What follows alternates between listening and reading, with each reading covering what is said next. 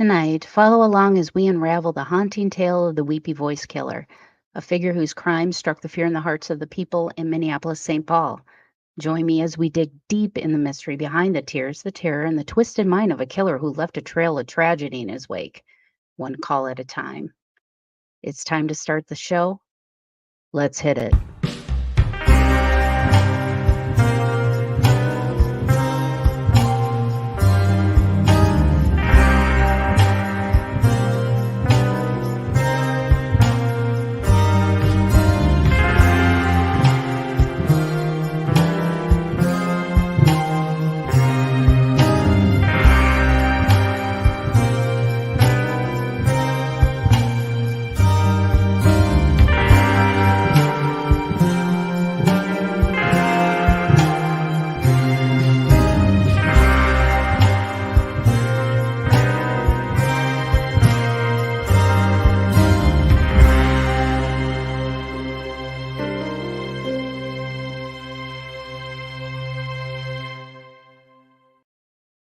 Welcome, and thank you for joining me for another episode of Mysteries, Mayhem, and Merlot. I am your host, Winnie Schrader. We are going to encounter a very bizarre and twisted serial killer, one that couldn't even stomach the own guilt of his murders he had just committed, so much so that he called the police on himself so they could stop him from killing more. Within January of 1981 and August of 1982, Minnesotans were ensnarled in this web of fear and dread as Paul Michael Stefani emerged as this nefarious serial killer of the Midwest.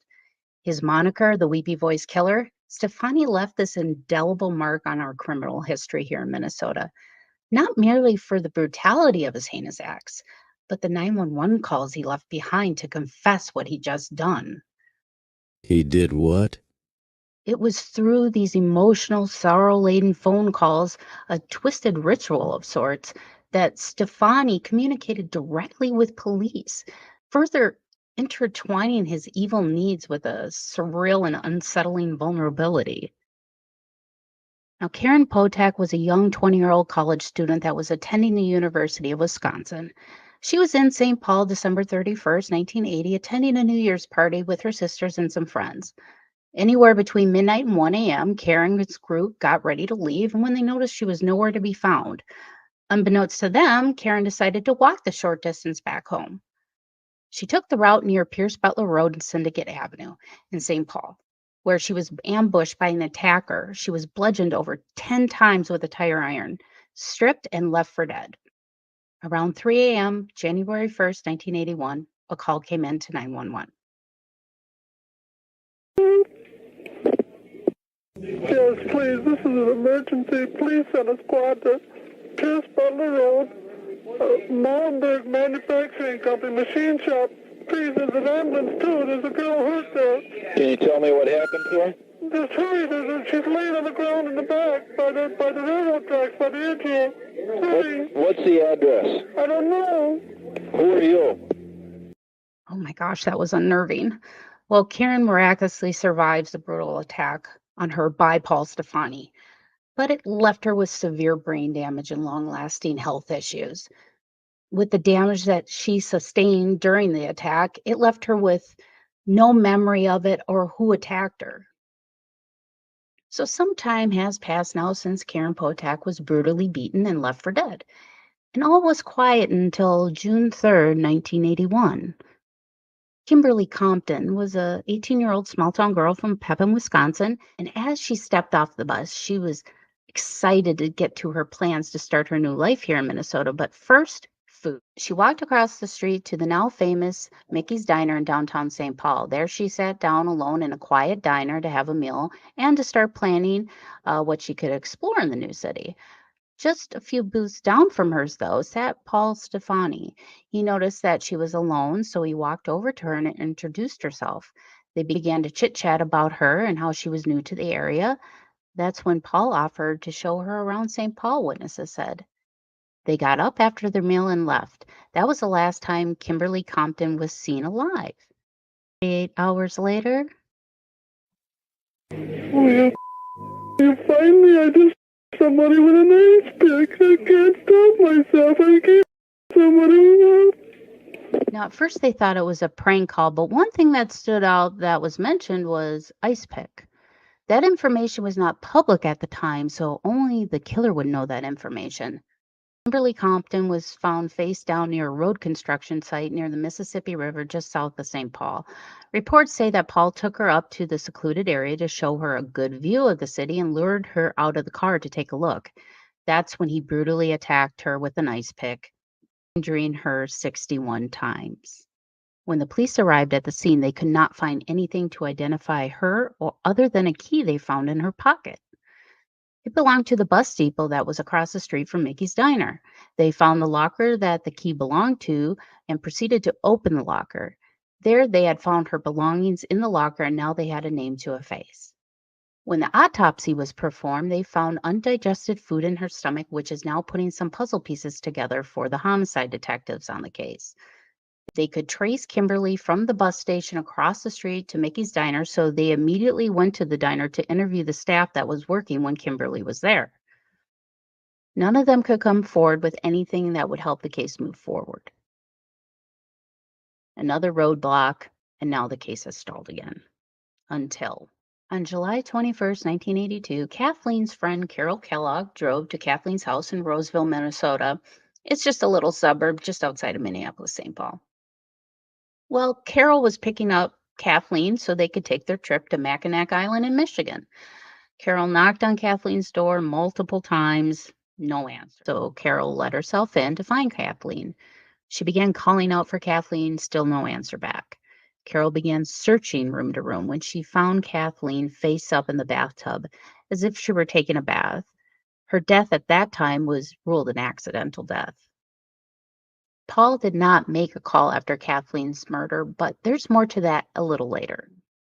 Now, Paul's next victim, Barbara Simmons, she was a 40-year-old woman, a nurse in Minneapolis, and she wanted to have a night out with her friends. So on August 6, 1982, she went to the Hexagon Bar in Minneapolis.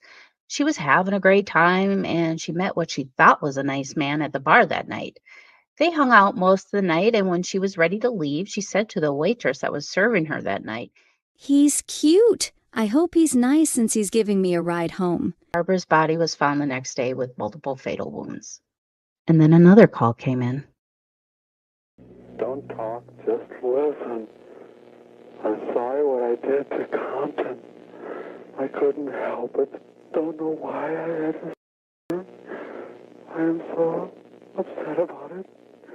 I keep getting drunk every night. I can't believe it. It's just like a big dream. I can't think of being locked up. If I get locked up, I'll kill myself. I'd rather kill myself than get locked up. I'll try not to kill anybody else. Fire emergency. Please don't talk, just listen. I'm sorry, I killed.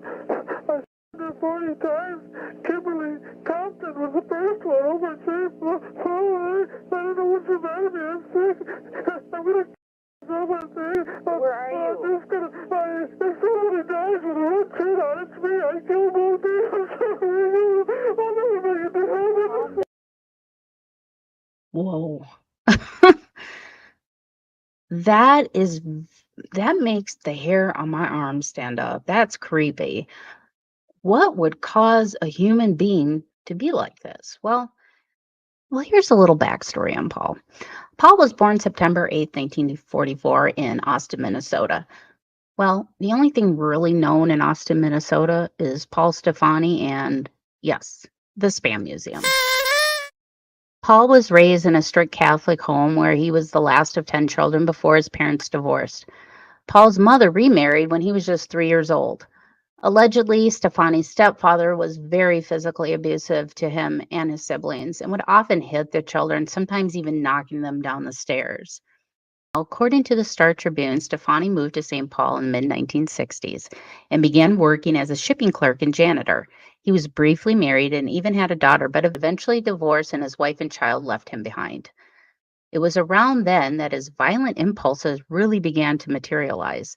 Stefani was, by appearance, a devout Catholic, but under the surface, a dark and disturbing thoughts plagued him all the time. Later, he would claim that before every assault he committed, he would hear voices urging him to attack. And while it was reported that the voices in his head that drove him to kill, his religious guilt may have driven him to call the police to report his crimes amid tears. So it kind of seems like he's using 911 as a confessional booth and purging his sins of murder. So, how did Paul Stefani finally get caught? On August 21st, 1982, Stefani picked up a prostitute named Denise Williams in Minneapolis. Once she got in his car, she knew something was off with him, and he proceeded to drive to a dark suburban area where he attacked Denise with a screwdriver 15 times.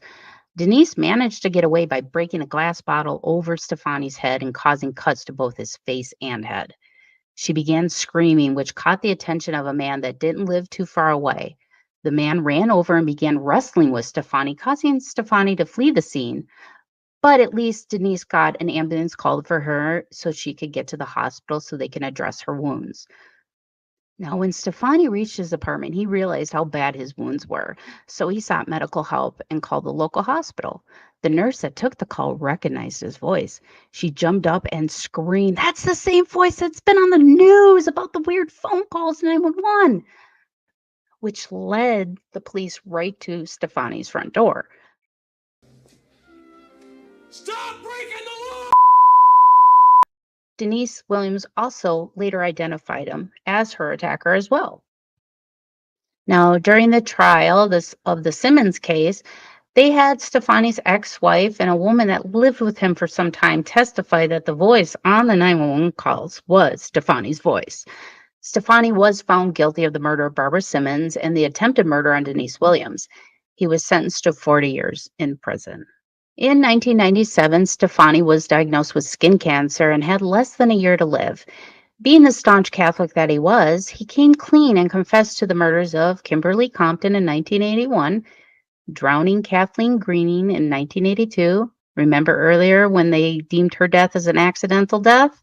Not anymore. Now the truth is out on what happened to Kathleen Greening 15 years prior. And the murder of Barbara Simmons and the attempted murder on Denise Williams, both in 1982. On June 12, 1998, at age 53, Paul Stefani passed away from skin cancer at the Oak Park Heights Prison in Oak Park Heights, Minnesota. The Weepy Voiced Killer reminds me of the intricacies of the human mind and the chilling depths of desperation it can go to. His crimes are a stark reminder of the darkness that can reside in us. And it also serves as a testament of the perseverance of law enforcement and the resilience of communities in the face of fear. Reflect on this unsettling chapter in our history. May we continue to seek understanding, empathy, and justice for those affected. Now it's time for your crime beat of the week. First up, Harvey Weinstein. Weinstein was sent to the hospital prison ward after a New York rape conviction overturned. Former Hollywood producer Harvey Weinstein was taken to prison and inside Bellevue Hospital in New York on Saturday for testing, days after the appeals court in the city overturned his 2020 rape conviction. On Saturday, Weinstein's publicist and his lawyer both confirmed that Weinstein, 72, was transferred from Rikers Island jail complex to the Manhattan Hospital. Weinstein had been in custody at the regional medical unit that was part of the correctional facility in upstate New York. When he was transferred to New York City, they said that he triggered some health issues that warranted some close monitoring, the publicist added. That's why he was transferred to Bellevue. Frank Dyer, a spokesman for the New York City Department of Corrections, also confirmed Weinstein remains in custody at Bellevue Hospital. Weinstein, who has faced health problems over the years, has been serving a 23-year sentence at a correctional facility in upstate New York and was transferred to a medical ward at Rikers following Thursday's appeals court decision. Weinstein was hospitalized in early 2020 for heart and blood pressure issues around the time of his sentencing in New York. Weinstein is due to be in Manhattan Supreme Court on Wednesday. Weinstein was originally sentenced to 23 years in prison in a New York trial. He was convicted of forcibly performing oral acts on a former production assistant at his apartment in 2006, and of the rape in the third degree for an attack on an aspiring actress, Jessica Mann, at a hotel in 2013. The Manhattan District Attorney's Office has pledged to do everything in their power to retry this case. Even after all the appeals and the court ruling, Weinstein is expected to remain in prison because he also faces a 16-year sentence on a separate case in California, where he was convicted in 2022 of rape, forced oral copulation, and sexual misconduct. The New York reversal of 4-3 decision nevertheless outraged sexual violence survivors and advocates judges who dissented in the appeals court decision. Guess who's made a weekly appearance in the news? Survey says Boeing. Yes, Boeing is back in the news, and not for good reasons, of course. The Delta Airlines flight that departed from JFK International Airport in New York was forced to make an emergency return to the airport Friday morning after an emergency slide came apart from the Boeing 767, the airline said. A search for the slide was ongoing. After the aircraft had safely landed and proceeded to the gate, it was observed that the emergency slide had separated from the aircraft, a Delta spokesperson said in a statement to the NPR Friday afternoon. In a statement to the FAA, said Delta Flight 520 returned safely to JFK International Airport in New York around 8:35 a.m. local time on Friday, April 26. After the crew reported a vibration, the FAA will investigate. The Delta spokesperson said that the airline is fully supporting retrieval efforts and will fully cooperate in the investigations. In an earlier statement, Delta said the flight crew had observed a flight deck indication related to the right wing emergency exit slide, as well as a sound from the right wing. The plane was delivered to Delta in 1990, was on its way to Los Angeles International Airport, but had to return to JFK about an hour into the flight, according to the flight tracking site. A passenger who was aboard the flight did not wish to be identified, and for good reason. While still in transit, told NPR that there was a very loud sound coming from the plane, which made it difficult to hear the announcements coming from the cockpit. Passenger told NPR they felt very overwhelmed and really scared by the experience, as nothing more is important than the safety of our customers and people. Delta flight crews enacted their extensive training and followed procedures to return to JFK, said a Delta spokesperson on the initial statement to NPR.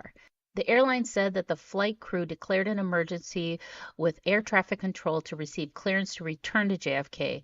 The aircraft then landed safely and proceeded to the gate under its own power, it said. Delta told NPR that there will be no pressurization issues on the aircraft.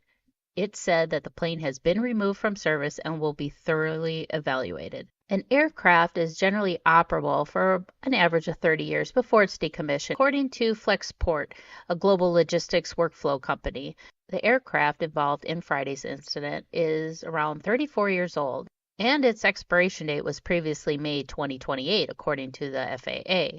We will defer to Delta for comment, a Boeing spokesperson said. Well, of course they did. In June of last year, the same flight, Flight 520 from JFK to LAX on a Boeing 767, was forced to make an emergency landing in Utah following an onboard technical difficulties. Oh, Boeing, get it together, will you? Now, this next story is one of those stories that goes down that slippery slope, my friends. An athletic director used AI to frame principal with racist remarks in a fake audio clip, police say. Well, this story is so convoluted, I'm just going to play the news clip. You may remember the clip. It was allegedly of the Pikesville High School principal making racist and anti-Semitic comments. After a months-long investigation, police have arrested the school's athletic director for allegedly fabricating the audio clip using artificial intelligence. It's the story everyone is talking about today, as Jessica Albert has been on it from the very beginning and joins us now live on your corner in Towson with these new details tonight. Jessica, good evening. Good evening, Rick. Baltimore County Police say that this case is a bizarre case of retaliation. They say that the school's principal had started investigating the athletic director for misappropriating funds shortly before this audio recording was released. An audio recording containing racist and anti-Semitic comments allegedly made by Pikesville High School principal Eric Eiswert has been proven to be fake, Baltimore County Police say. Police have now charged the school's athletic director, 31-year-old Dazon Darian, for allegedly making the recording using AI. We are grateful that we can bring some sense of closure to the community and that we can now shift our focus to moving forward and providing all parties with a fresh start. Police, school, and county leaders held a news conference about the arrest. Charging documents reveal police believe Darian made the recording after IceWorth opened an investigation into Darian for misappropriating funds, allegedly making unauthorized payments to other staff at the school. Darian was taken into custody Thursday morning at the airport while trying to get on a flight to Houston. They say he had a gun with him at the time, but cannot say whether they believe he was trying to flee. Darian was stopped due to the method in which his declared firearm was packaged. When officers looked into his background, they learned he had an open arrest warrant. The recording first popped up on social media on January 17th. IceWorth was removed from the school pending the investigation. According to charging documents, detectives traced the recording back to Darian through the email it was sent from, and that Darian allegedly searched OpenAI tools on a school computer. During the investigation, IceWorth told police he never said the statements on the recording, and he believed Darian may have made it because of the investigation against him. The documents also allege the recording was sent to other teachers, one of which allegedly sent the recording to media outlets, the NAACP, and to a student who they believed would spread it rapidly. Police are investigating whether those teachers will face charges. Those are the things that AI should not be used for. It is scary to know that somebody could take your voice and make you say whatever they want you to say. Now we have software that can detect that AI software used in a digital recording like they did here in Baltimore. But it's still a scary notion because once it's out there, it's out there. Here's one that'll get you a little peeved. A Texas mom went on a cruise, but left her young kids home alone, cops say. A Texas woman went on a cruise and left her children, an 8-year-old boy and a 6-year-old girl, home alone in the family's $3,600 a month apartment in Houston. According to the criminal complaint, neighbors of Lakeisha Woods Williams, 29, spotted her departing the luxury McKinley apartments on April 4th with luggage and bags, but never saw her children or never saw her return to the location. Aware that the children may have been left in the 21st floor apartment, which has a small balcony, a witness called police. Cops visited the complex on April 9th to discover the 2 children in the apartment, which was in complete disarray and had trash and leftover food all over the unit, plus it reeked of urine. The children told police that their mother had left them since April 4th, 2024, to go on a vacation on a cruise, and they did not know when she would return. The boy used a phone to text his mother, and while she was vacationing, the cops found a webcam that Williams allegedly was using to watch and talk to her children while she was away. The children were examined by emergency service personnel and subsequently released to the custody of their aunt. When contacted by police, Williams was uncooperative, refused to return to her residence, and was switching up her story on her whereabouts. After the April 12th court hearing, a judge ordered Williams, who was busted on a felony child abandonment count, locked up in lieu of $25,000 bail, citing the egregious nature of this offense. And witnesses' accounts that this is not the first time something like this has occurred. Now Williams is scheduled for a hearing on June 11th. Man, I tell ya, some kids as parents, am I right? Now here's a cool news story. Person fishing with a magnet pulls up a rifle other than new evidence in a 2015 killing of a Georgia couple, investigators say. Someone using a magnet to fish for metal objects in a Georgia creek pulled up a rifle as well as some lost belongings of a couple found slain in the same area more than 9 years ago, officials said. The Georgia Bureau of Investigation said the driver's licenses, credit cards, and other items dragged from the Horse Creek in rural Telfair County are new evidence in a murder case that is still awaiting trial. A citizen who was magnet fishing in the creek on April 4th discovered a .22 caliber rifle, the GBI said in the news release Monday. The unnamed person returned to the same spot 2 days later and made another find, a bag containing a cell phone, a pair of driver's license, and credit cards. The agency said the licenses and credit cards belonged to Bud and June Runyon. The couple was robbed and fatally shot before their bodies were discovered off a county road in January 2015. Investigators say at the time that their bodies and the couple's car were found in 3 different locations, CBS affiliate WMAZ-TV reported. A few days later, investigators arrested Ronnie Adrian J. Towns on charges of armed robbery and murder. They said Towns lured the couple to Telfair County by replying to an online ad that the 69-year-old Bud Runyon had posted seeking a classic car, though Towns didn't own such a vehicle. Georgia courts threw out Towns' first indictment over problems with how the grand jury was selected, a prolonged legal battle that concluded in 2019. The delay started because fewer than 16 people reported to jury duty out of the 50 summoned when prosecutors originally took it to the grand jury. Towns was indicted for the second time in the killings in 2020, and the case was delayed again by COVID-19 pandemic. He has pleaded not guilty. Now, as a mother myself, this story really ticks me off. A 10-year-old Alabama boy played dead to survive after his mom allegedly attempted to drown him in a bathtub. Now, according to the Colbert County Circuit Court, the mother, Ashley Jones, 34, was arrested on Tuesday and charged with aggravated child abuse. Why was an attempted murder put on that charge is beyond me. But let's find out. As shown in the affidavit obtained by the outlet, Jones' son told authorities that his mother struck and bit him before allegedly throwing bleach on him after he said he wanted to go live with his father, who shares custody with Jones. According to the docs, the boy said that he went to go take a bath to clean the bleach off himself, per the affidavit. The boy's mom then followed him into the bathroom, jumped into the bathtub with him, and proceeded to grab his face and shoving it under the water for approximately 45 seconds. In an attempt to get his mom to stop, the boy told investigators that he just went still and played dead, as noted in court documents. Jones then allegedly locked her son in a closet for 3 hours. It's unconfirmed what date the said drowning attempt took place, but the court docs noted that the alleged abuse had been happening for over a week before Jones was arrested last Tuesday. According to the affidavit, the boy claimed that the scrapes and bruises on his body were a result of his mother's abuse and called his father on April 21st, asking him to come pick him up. The father told authorities that his son sounded distressed before telling him about his mother's alleged abuse, as noted in the court docs. The father reported Jones to the authorities, who brought the mother in the following day. As noted in the affidavit, Jones denied the allegations. She was booked on Tuesday and was released after posting a $50,000 bail, according to records. Jones' court appearance is set for May 20th.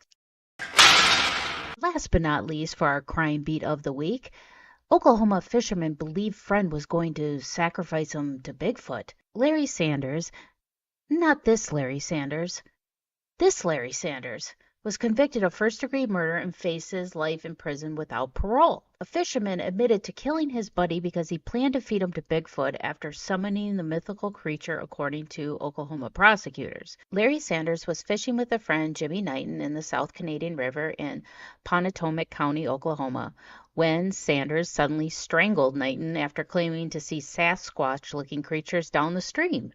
So in his statement was that Mr. Knighton had summoned Bigfoot to come kill him, and that's why he had to kill Knighton, Sheriff John Christian told NBC affiliate KTEN after the July 2022 murder. Nearly 2 years later, a judge convicted Sanders of murder. Yes, there was a monster in the woods that night, but it wasn't Bigfoot, it was Larry Sanders, Pontatomac County District Attorney Eric Johnson said. Now, back on July 9, 2022, Sanders and Knighton were noodling, a method of fishing where a person is submerged in water and uses their bare hands to snatch catfish by shoving their arms in the fish's mouth. Catfish typically live in holes along riverbanks, and the controversial practice is popular in the South.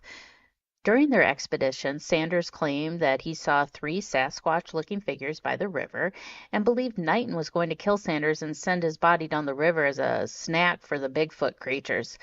Yeah, can you please pass the Larry? Sanders waived a jury trial and claimed he acted in self-defense. His fate was determined by a judge during last week's trial, where the judge listened to testimony from a forensic psychiatrist who said Sanders suffered from a meth-induced psychosis.